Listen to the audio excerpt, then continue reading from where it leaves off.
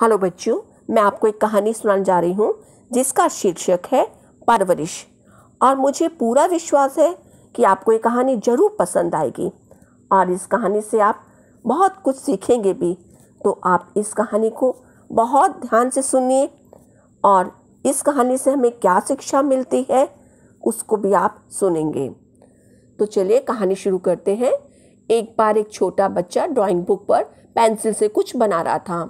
बच्चा बहुत छोटा था तो ड्राइंग बनाते समय बार बार गलती कर रहा था, इसलिए रबर से अपनी गलती को मिटा रहा था।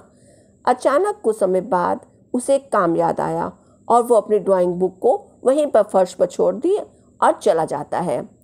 छोटे बच्चे की गैरहाजिरी में पेंसिल और रबर आपस में बात करने लगते हैं। तो पेंसिल और रबर आपस में क्या बात कर रहे थे, चलिए सुनते हैं। पेंसिल बहुत भावुक होकर बोलती है, सुनो रबर, तुम मेरे सबसे अच्छे मित्र हो। रबर बहुत खुश होता है और कहता है, हाँ मित्र पेंसिल, हम दोनों अच्छे मित्र हैं। पेंसिल कहती है, देखो मैं तो हमेशा गलती करते रहता हूँ और तुम एक सच्चे दोस्त की तरह मेरी गलती को ठीक करते हो।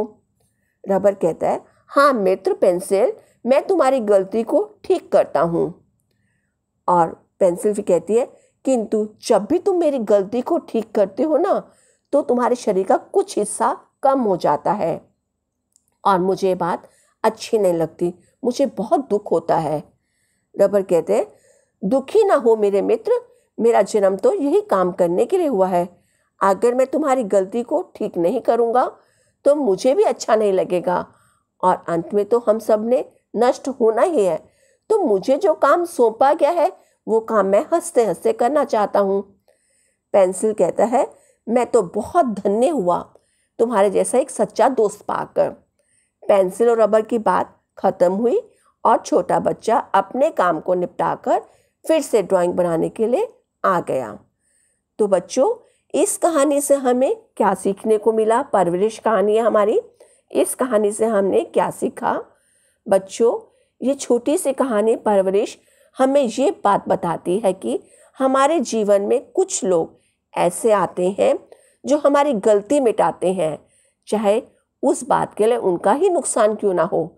जैसे रबर जो है वो पेंसिल से की गई गलती को मिटाती है और वो धीरे धीरे इरेज करते, हम रबर से रब करते हैं तो वो रबर जो है घिसती है, ख़त्म होती जाती है, उसका नुकसान होता है, लेकिन वो फिर भी परवाह नहीं करती, वो पेंसिल से की गई गलती को मिटाती रहती है।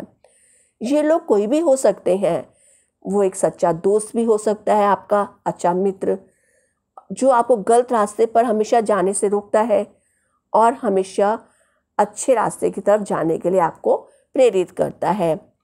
और हम सब बच्चे जो भी है वो पेंसिल की तरह हैं, आप बच्चे पेंसिल की तरह हैं जो हमेशा गलती करते हैं।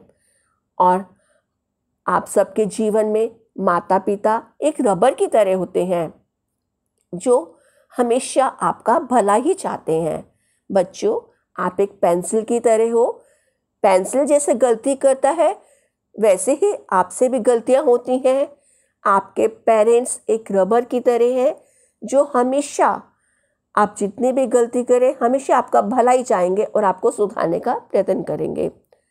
बचपन से लेकर जब तक आप बड़े होते हैं, युवा अवस्था तक, माता पिता हमेशा अपने संतान की भलाई में लगे रहते हैं, उनका ही भला चाहते हैं। कुछ गलत होने की दशा में भी अपनी संतान को डांटेंगे, फटकारेंगे, पर संतान की तरफ से दूसरों से माफ़ी भी मांग लेते हैं। अगर कोई गलती हो जाती है तो आपके पेरेंट्स बोलते हैं, सॉरी मेरे बच्चे ने गलती कर दी, वो माफ़ी भी मांग लेते हैं।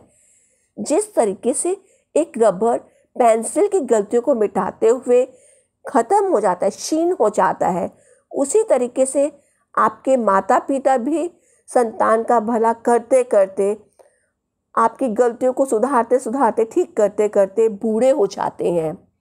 तो अंत में कुछ संतान तो ऐसी होती हैं जो अपने माता पिता के बूढ़े होने की दशा में उनसे बिल्कुल अलग हो जाते हैं, उनसे कन्नी काटने लगते हैं, जो कि बिल्कुल गलत है।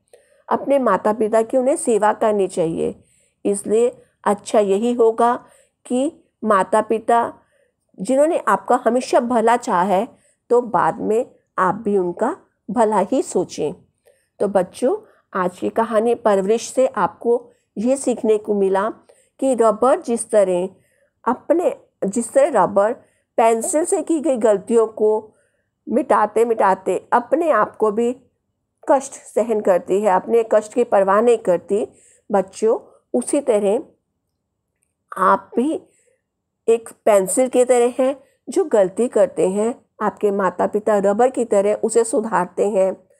तो आपका भी ये फ़र्ज़ है, आपकी भी ये ड्यूटी है कि जब भी आप बड़े हों तो आपके माता पिता ने जो आपके लिए किया है उसको आप भूलिए नहीं, आप उसे हमेशा याद रखिए।